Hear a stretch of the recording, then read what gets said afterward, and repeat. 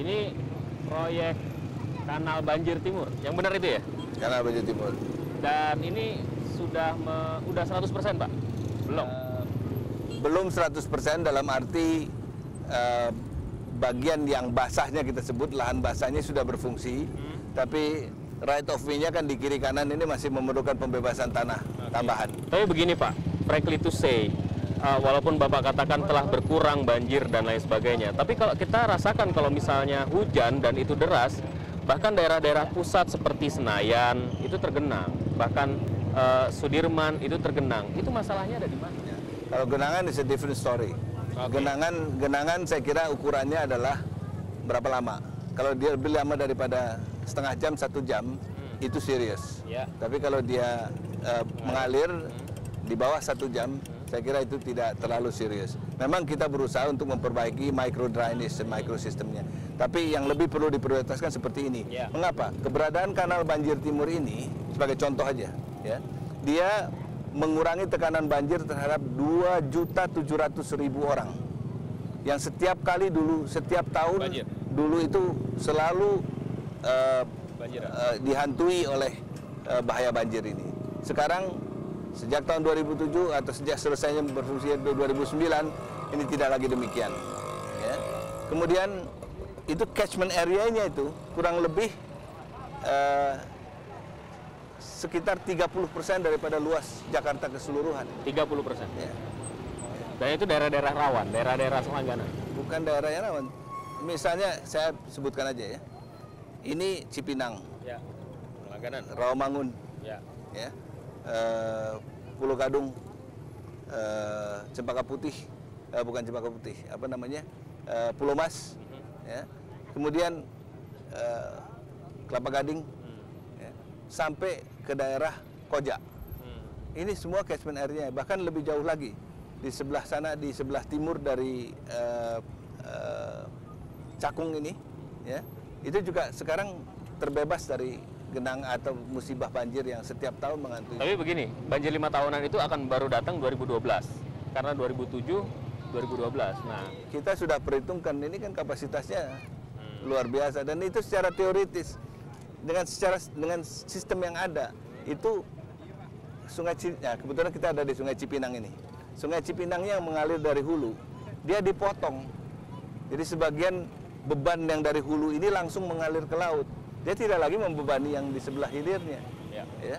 Yang Ciliwung tadi kita harapkan dengan pada tahap kedua dari proyek yang namanya Jakarta Emergency Dredging Initiative ini, kita akan alihkan ke sini juga.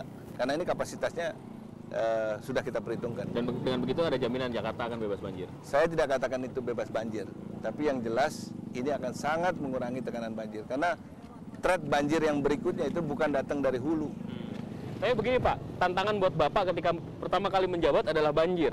Banjir di istana, kemudian ada banjir yang menuju jalan ke bandara begitu, dan kemudian itu menjadi blunder lah untuk masa kepemimpinan Bapak gitu. Kita tahu bersama memang Jakarta memang langganan banjir gitu.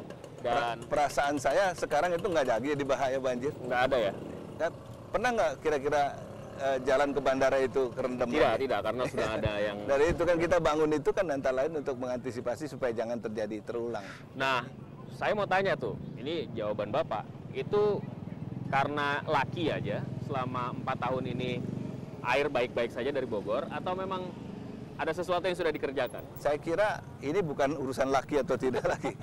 Masa membangun proyek triliunan gini hanya urusan untung-untungan. Ya. Saya kira nggak ada lah itu. Nggak ada. Kalau urusan yang kita tangani secara sistematis, itu saya kira kita lakukan. Tapi karena itu ada kaitannya juga dengan kebiasaan masyarakat yang tetap membuang sampah tidak pada tempatnya seperti ini. Ini contoh yang paling konkret kan. Ya. Sebaik apapun saluran ini kita buat, kalau kebiasaan ini masih tetap ada, dia akan tetap menjadi kendala.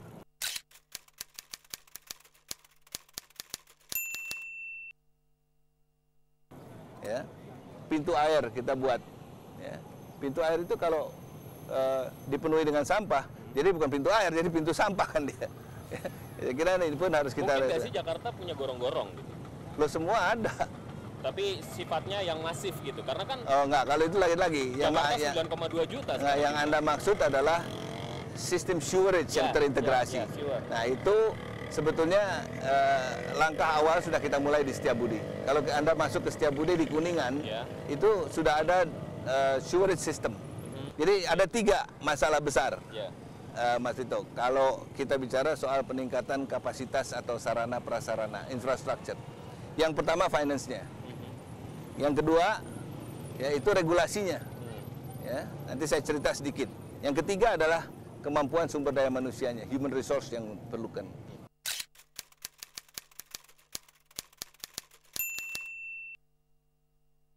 Ya, di Jakarta human resource ini alhamdulillah beres. Ya sedikit lebih baik. Ya. Tapi kalau di tempat lain human resource jadi kendala besar. Tapi 2 yang tersisa, ya, finance dan regulasi, ini juga berlaku untuk Jakarta. Ya. Jadi pemerintah pusat juga tidak punya dana yang berkelebihan untuk membantu kita dalam meningkatkan infrastruktur. Ya.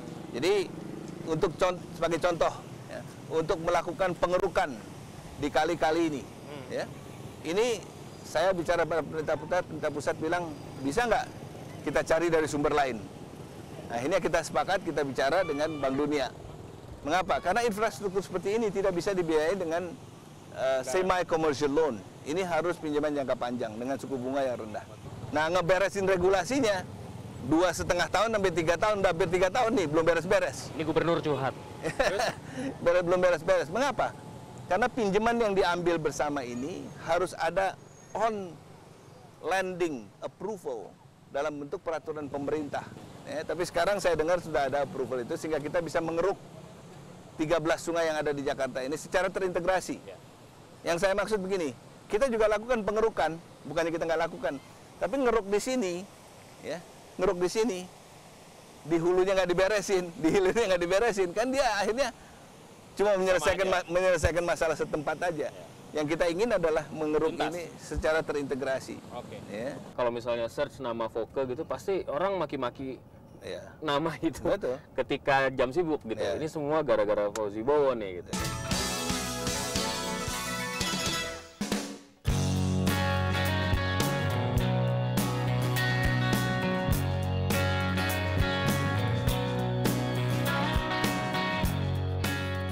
Kita sudah mulai keluar dari kanal banjir timur dan menurut hasil survei udah concern orang Jakarta nomor 4 banjir ya? Ya, sekarang banjir itu tidak lagi menjadi top perhatian dan concern orang Jakarta. Dia sudah turun menjadi nomor 4, tapi yang tetap di atas itu ya kemacetan. Nah, Mbak, kalau misalnya Pak Gubernur rajin nggak sih buka sosial media gitu? Oh ya pasti. Terus buka, kalau misalnya search nama Foke gitu, pasti orang maki-maki nama itu. Betul. Ketika jam sibuk gitu. Ya. Ini semua gara-gara Fauzi Bowo nih gitu. Ya, kita juga buat analisis, Mas Ito ya. Jadi yang pertama, yang ngomel itu umumnya adalah commuters. Ya. Pengelaju dari luar Jakarta. Pengelaju dari luar Jakarta, pada saat mereka masuk dia macet, pada saat dia keluar dia macet. Ya. Ya, karena memang jumlahnya tidak sedikit. Dan saya kan juga mencoba memberikan respon, ya, tapi tidak one by one, tapi dengan sistem. Okay. Penyelesaian jangka panjang juga saya kira sudah jelas. Ini kita punya pola transportasi makro namanya. Ya. Jadi dengan memberikan opsi untuk menggunakan angkutan umum massal, ya. Dan angkutan umum massal yang punya daya angkut yang paling tinggi itu kereta api. Kereta api, ya. Okay. Kalau Transjakarta ini rankingnya nomor 2 dia. Ya. Memang sekarang Transjakarta ini digunakan oleh 90 juta orang lebih 1 tahun. Ya. Tapi dibandingkan dengan kemampuan daya angkut kereta api itu sebetulnya masih jauh lebih rendah. Kereta api itu kita harapkan sebetulnya setiap hari dia bisa mengangkut 3 juta orang. Tapi begini Pak, kita bahkan ada yang sarkas gitu bilang, kita punya monumen tuh, apa tuh, tiang-tiang monorel gitu. Itu nggak kelar-kelar, zamannya mulai dari Bang Yos sampai Bapak, ini tahun keempat nih. Begini, saya ingin jelaskan mengenai monorel ini. Ya, saya memang merasa perlu menjelaskan itu secara rinci dan detail. Proyek monorail ini adalah proyeknya swasta, bukan proyeknya Pemda DKI, bukan juga proyeknya pemerintah pusat. Oke. Ya. Jadi kalau mau nyalain, ya memang ada andil pemerintah di dalam proyek ini, tapi bukan sepenuhnya tanggung jawab pemerintah. Ya. Di dalam Memorandum of Understanding yang ditandatangani Bang Yos, itu sepenuhnya menjadi tanggung jawab pemerintah pihak swasta. Kita cuma diminta untuk pertama induknya nih ya, Memorandum of Understanding yang awal, kita hanya diminta untuk menyediakan alignment. Jadi rutenya yang diminta kita tetapkan. Selebihnya swasta yang akan urus. Pertanyaan lagi nih soal transportasi. Kenapa sih bangun fisik, Pak? Kenapa flyover Antasari dibangun dan kemudian Kasablanka dibangun ketimbang memberikan alternatif moda transportasi umum? Karena memberikan kesempatan kepada orang untuk menambah lagi kendaraan pribadi ya. Begini, di dalam dunia ini kita harus berpegangan pada logika yang harus kita antisipasi, bukan impian.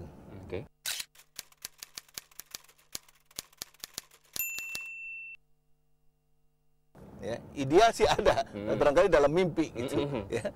Jadi contohnya begini, kendaraan bermotor di Jakarta ini tumbuh secara rutin, secara konsisten dengan 11%, 9 sampai 11%. Setiap tahun.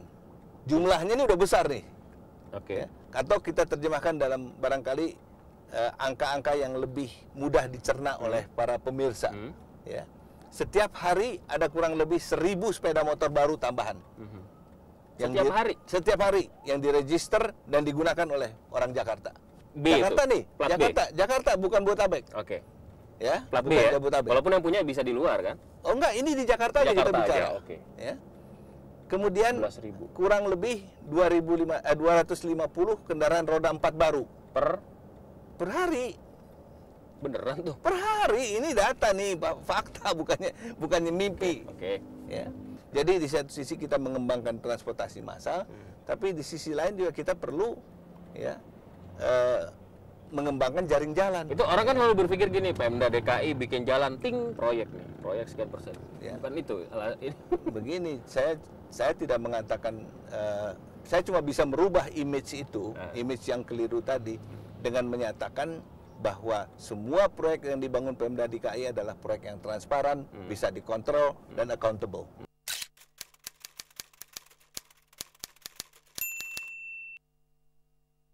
Sesuai dengan kaidah-kaidah tata kelola pemerintahan yang baik. Ya. Tapi idealnya kan tetap begini Pak, harus ada satu moda transportasi massal gitu, yang kita impikan yang namanya subway atau kereta bawah tanah atau apapun lah itu namanya. Basicnya adalah kereta api. Ya, sekarang kereta api jalur yang sudah ada harus direvitalisasi dan ditingkatkan kapasitasnya. Yang belum ada kita bangun jalur baru, itu yang namanya jalur MRT. Ya, ini sistem yang terintegrasi, bukan berdiri sendiri-sendiri. Ya, jadi kereta api yang ditingkatkan kapasitasnya dengan MRT yang kita bangun baru di jalur yang belum ada, ini mudah-mudahan akan meningkatkan kapasitas dan daya angkut untuk sistem angkutan massal. Itu dikasih ke swasta lagi? Terus swasta mangkrak lagi? Enggak, yang membangun nanti berbeda. Ini saya katakan berbeda, ya. Karena yang membangun MRT ini adalah PT MRT Jakarta yang dimiliki oleh pemerintah Provinsi DKI. Ya, dan ini proyek yang kita bangun dengan dana pinjaman jangka panjang dengan suku bunga yang rendah, yang untuk proyek ini datangnya dari pemerintah Jepang. Itu katanya yang jadi masalah karena tsunami tertunda nantinya. Uangnya udah ada, udah dijamin kok, masa bisa tertunda. Ini kan yang ngomong cuma orang yang nggak ngerti urusan aja. Ya. Saya jamin kalau yang namanya MRT ini berbeda dengan monorail. Ya, karena ini adalah tanggung jawab pemerintah. Targetnya kapan? Menurut rencana tahun 2016 baru akan selesai. Ya. Kalau misalnya MRT itu selesai, apakah busway ini akan dinormalkan kembali, normalisasi lagi kembali ke jalan umum lah? Karena ini kan sebenarnya faktanya gini, jalan nggak nambah, dedicated line itu disediakan untuk busway buat orang yang bawa kendaraan. Itu pikiran orang yang egois. Gimana? Ya, ini kan busway ini untuk kepentingan umum. Ya tentu aja dia harus mendapatkan prioritas dibandingkan dengan kepentingan jalan atau jalur yang kita pakai untuk kendaraan pribadi. Namanya juga kepentingan umum harus didahulukan. Ya, jadi buat mereka yang ngomel itu kan ada di belakang busway selalu. Ya, jangan ambil jalurnya, gunakan kendaraannya. Tapi jadi masalah baru karena ketika Bapak mengendorse orang untuk naik Transjakarta, feedernya susah. Saya kira kita improving feeder ini. Contoh ya, mereka yang menggunakan park and ride system di Kalideres, yang menggunakan park and ride system di Kampung Rambutan dan di Ragunan itu tidak sedikit. Lihat aja sekarang fasilitas parkir yang kita sediakan cukup banyak di sana. Ya. Selama kita bisa jamin bahwa travel